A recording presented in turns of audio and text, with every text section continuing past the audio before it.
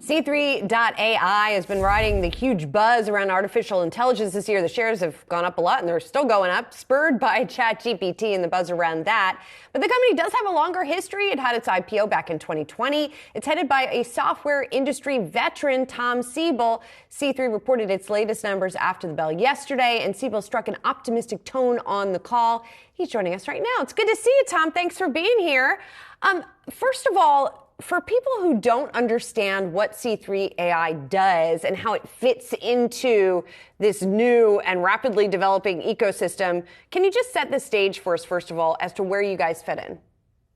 Yes, C3.ai is a computer software company, and we spent over a decade and about $1.5 billion building a software stack that allows us to take enterprise applications like ERP, manufacturing, supply chain, CRM, AML, what have you, and make them use predictive analytics to make them predictive in nature, to tell us not what our inventory levels were, but what our inventory levels need to be, not what our customer churn was, but which customers are going to leave us. Not what our what the number of anti-money laundering events were, but we can stop AML in real time.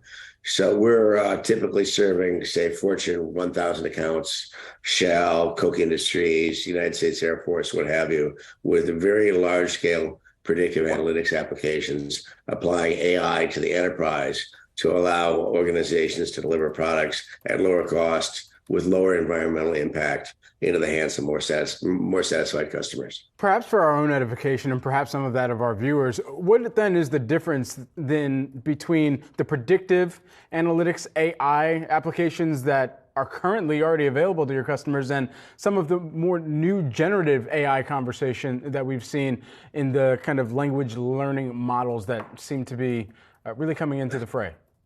Great question, Brad. So what we've done in the last 13 years, we've built 42 turnkey enterprise applications for oil and gas, utilities, aerospace, defense, manufacturing, banking, what have you, that we use to serve, some of the largest customers in the world.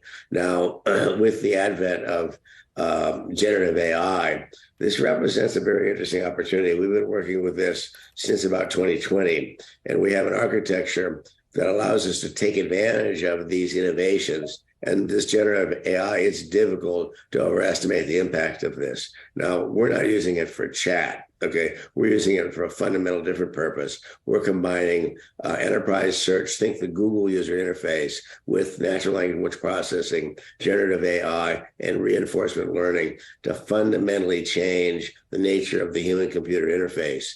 So for enterprise applications. So rather than look like these complex things with lots of menu structures and that kind of mind-numbingly complex supply chain applications, the user interface is just the Google search bar for HR, for manufacturing, for whatever it might be. And it's available on our website for anybody who wants to see it. There's a demo of the product. It's quite innovative.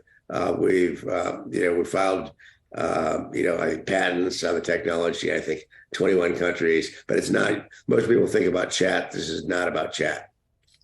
Right, not about chat in this type of application. And yet, when you noted a dramatic change in business sentiment when you were talking around your earnings, does it have to do with the enthusiasm around ChatGPT and then the sparking of interest that has created? Or is it that the fundamental backdrop for the businesses you serve has been improving? I think there's two things. Great question, Julie. I think there's two things that happen simultaneously.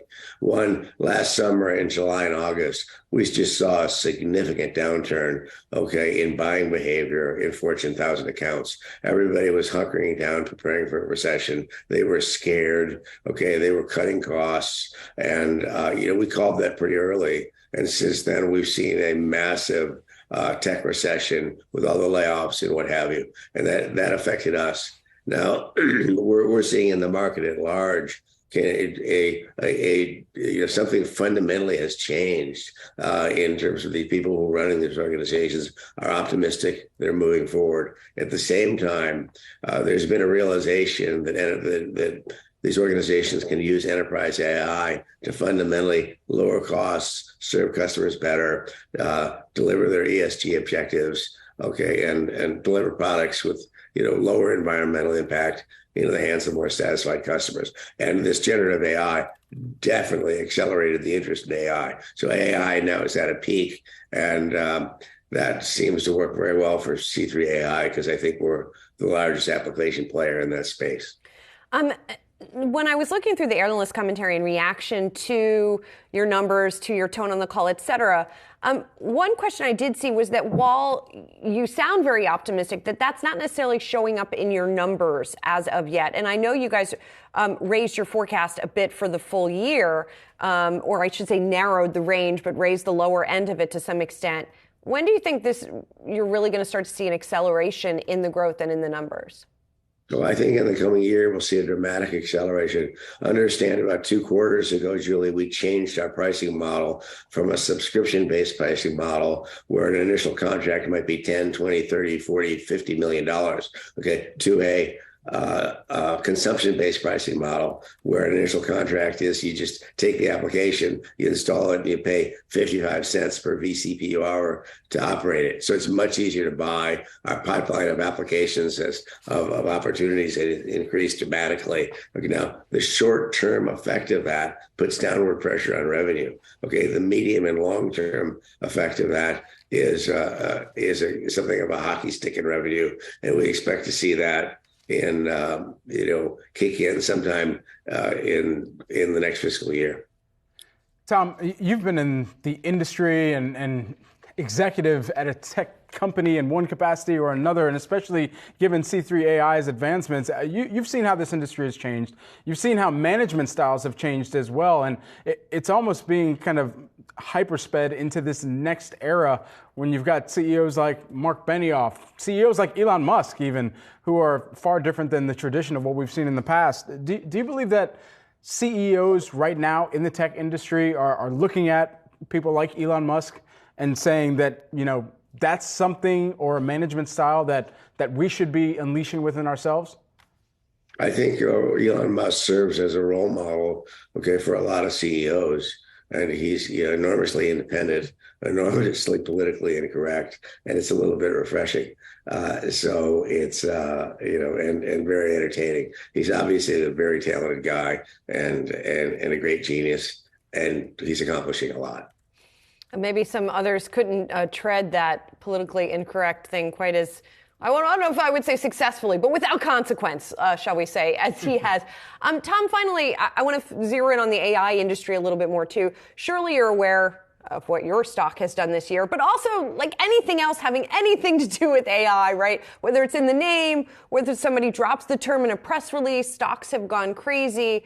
As Brad mentioned, you've been around for a while in this industry. You've seen other shakeouts, right? What do you think the AI shakeout, if you think there's going to be one, is going to look like?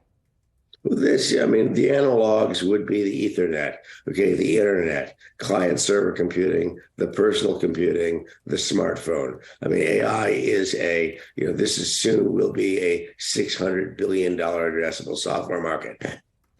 Excuse me. Everyone will be using enterprise AI applications, just like they use PCs, just like they use relational databases, just like they use CRM. When we started at Oracle, there was no market for relational database systems, and we established a market leadership position there. When we started Siebel Systems, there was no market for CRM. We created that market. Today, it's a $120 billion business. So we established and maintained market leadership positions in both of those markets. The game we're playing at C3.ai is see if we can establish and maintain a market leadership position in what will be globally, in what will be a $600 billion addressable market. Now, I think there's some probability we will attain that. Worst case is we might be in second place, in which case it's still a pretty good company. C3.ai founder Tom Siebel, thanks so much for joining us here today. Really appreciate the time and the conversation. Look forward to checking back in the future, too. Thank you.